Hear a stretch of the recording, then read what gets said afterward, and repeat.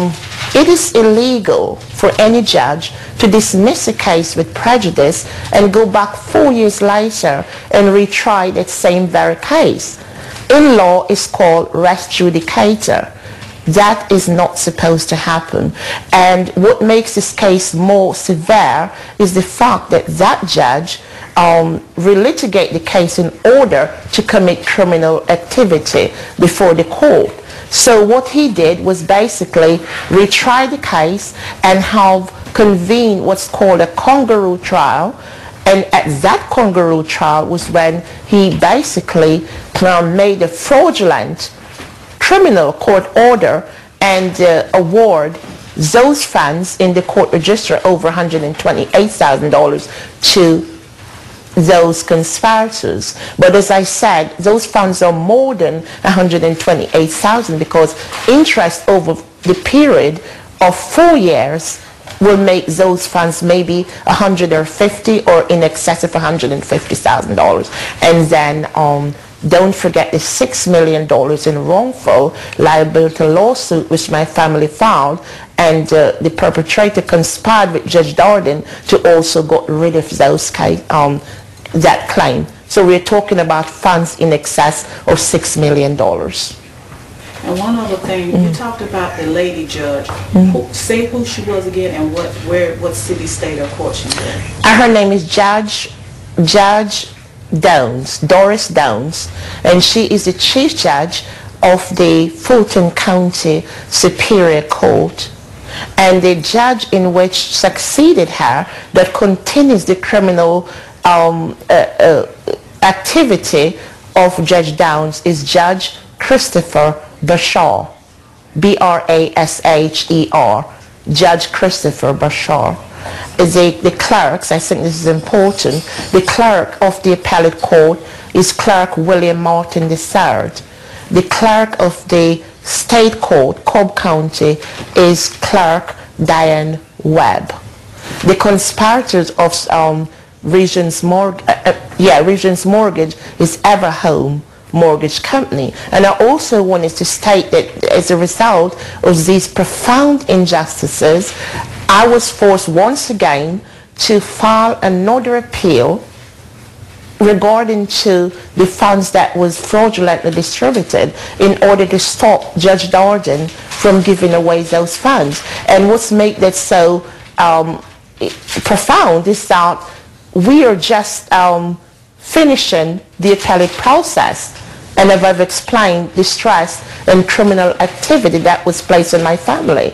So just briefly, I believe that Judge Darden's strategy, which is illegal, is to have me involved in one appeal after another over years, because it's now 6 years since this happened, and then hope that we would either die of stress or perhaps we would just forget about the funds and he would take it and distribute it among him and his conspirators. But that is not going to happen because we intend to fight this to the furthest extent of the law, because nobody, as I said, who are victims in this country, all around the world, should have to endure what we have been through. Great, great. Woo. Cool you off now. What do you think? I think all you need is support of the people and a good attorney. At that point, they'll be hanging with us. And I have found, I've laid the groundwork. I filed anteletum. You know what the anteletum notice is. So in regards to lawsuit against the state, they're already notified. You see, if I didn't know what I was doing and I didn't do that, then now they say, I'm sorry, you can't sue the state because you were supposed to notify them here, you know. So we have done that. Right. And as soon as this hits the air, was to happen to you or your family, it would refer back to them. Of course, because we have. That's where the media plays its part. because we have just, you know, to be honest with you, Mr. Michael, me and my family lives in fear, constant fear, because a couple of months ago, and I told Myron about it, I was at home with the baby, and I just, like, my doors broken down. With my hands on my head, over my head.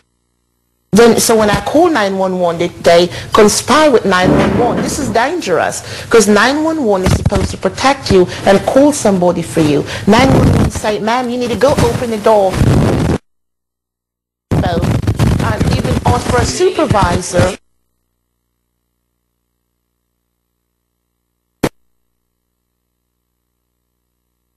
That America's for you. For nobody.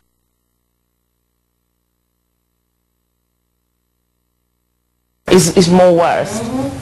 You know, so we have to be mindful that we're dealing with the enemy. So when you're fighting the enemy, you got to keep it before the media. The higher, the stronger the fight is. It's like a life vest, because they got folks around to take care of you. Your hair on the microphone. Move your hair off the microphone. There's this will hit the ways that you took it off on there. the microphone. It fell down. No, you might need to do that. I was like, why is it sounding like that? Let's You do the need to hand. contact them. Okay, come on that side. Okay. No, he's gonna wrap up the end of it. Okay. Oh, he needs to come here. No, you stay right there. He stand by. Stay right Michael, get the microphone behind her. No, you stay there and just get the top part. Yeah. And just leave it down there. Leave it down there, Mike, so you won't see it. Okay. What I need to do is I should put it on my. I could put it on the.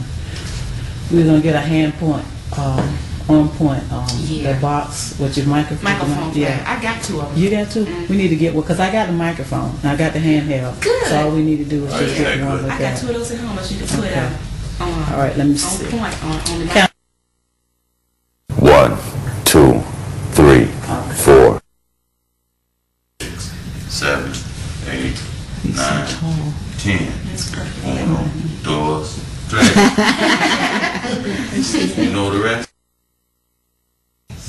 I only know up to 5. What you said so profoundly. I used to Okay, speak so sit tall right there. Might get behind her. Great. Okay. Yeah, put this thing. She's okay. She's not gonna be in the way. Making noise. Yeah. No, but see the microphone. Go ahead, Mike. All right. Once again. 1, 2, 3. Go ahead. Once again, you have heard another story, and I know it sounds similar to the ones you've heard before, where industries in the United States of America